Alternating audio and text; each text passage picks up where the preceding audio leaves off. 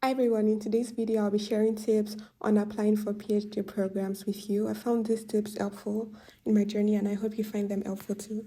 So I've outlined some steps here and I'll be showing this. I've showed this now at the beginning and I'll also show it at the end. So the major steps are: number one, identify what program you would like to apply for. Next, look out for universities and potential advisors. Reach out to advisors, indicate your interest in their PhD programs and also in their research groups. You can do this via email. Next, look out for possible recommenders and inform them beforehand. Number five, start the application. It's usually done via a portal on the university website. Number six, send out requests for recommendation letters via the application portal.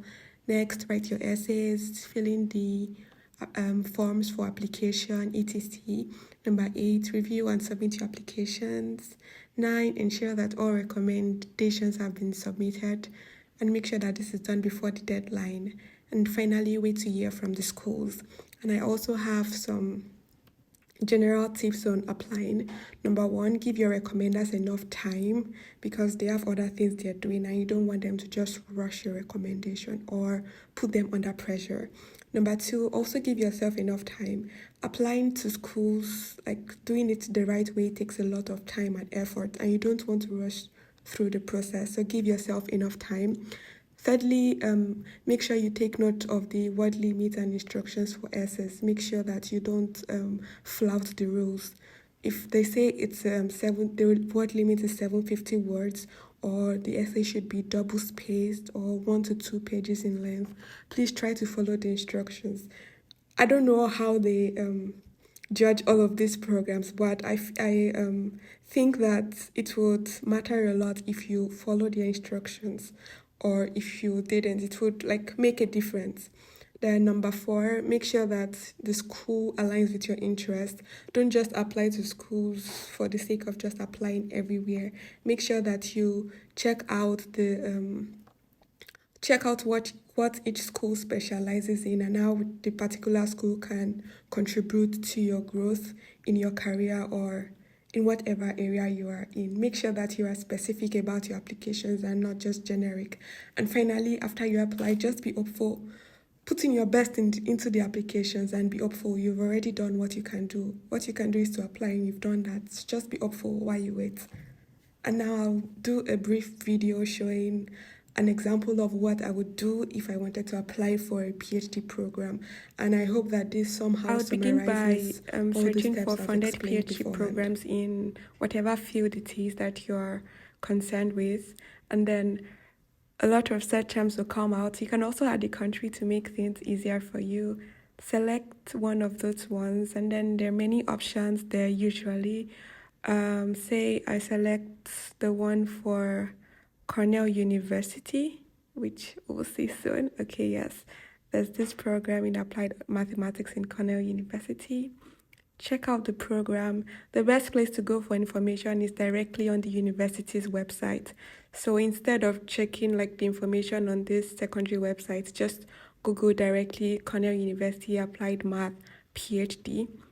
You find the links to the site on the university website, and then you make sure you read the information about the program. There's a lot of information. Make sure you know what you are getting into before you just apply. So see what the program is about, what the structure is about. All the information you need is usually on the website. So just check and read. Check about tuition and financial support if you're interested in that. If you want funding, make sure that your school provides funding for your desired programs. And like we can see, for example, there's tuition and funding provided. There are also fellowships, teaching assistantships, and graduate research assistantships. So make sure you get as much information as you need. All information is usually on the web pages of the university, and if you need any additional information, there's always a contact email there, which you can also find on the website, maybe the program coordinator, etc. Next, you check for the research areas to see what exactly, if your interest is offered by the university.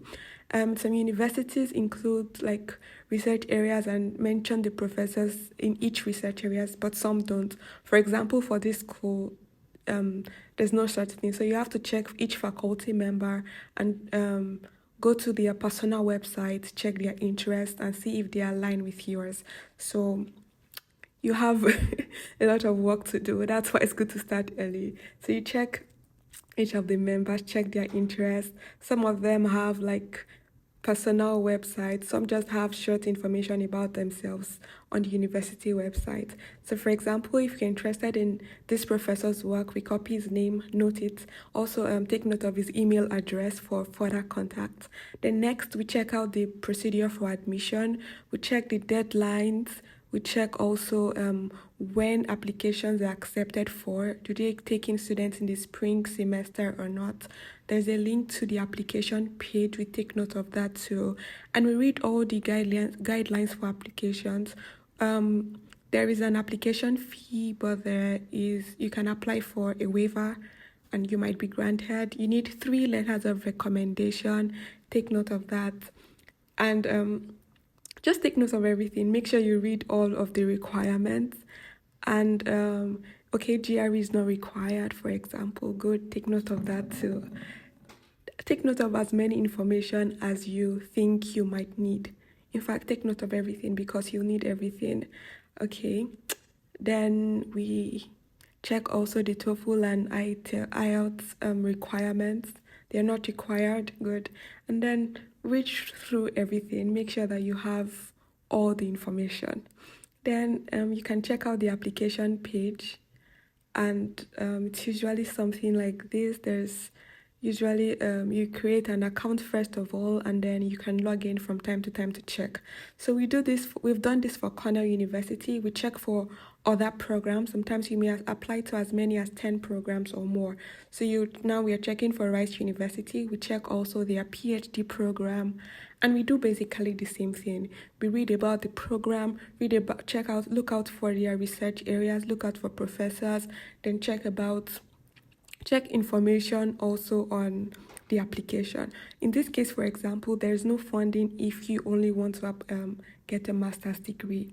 And then we open a notebook or document where we record all of these things, because so many information for many different schools can be hard to keep in your head for a long time. So it's good to have a place where you keep track of everything and note all the important information about them.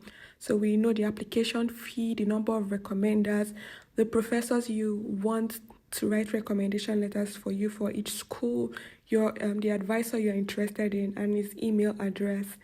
Take note of everything you need, and you do this for all the universities that you are interested in. This way, you are able to keep track of everything, and you know where you are at for each application. And so now I've entered the recommenders' names. I take note of the deadlines. I consider another university, Rice University. I do basically the same thing for Rice University. I take note of the application fee, the advisors, also whether or not GRE is required, etc. For example, if I'm also considering Arizona State University, I do the same thing. With this, you are on track for everything, and it's very helpful for keeping you on track. It's not compulsory, but I recommend it.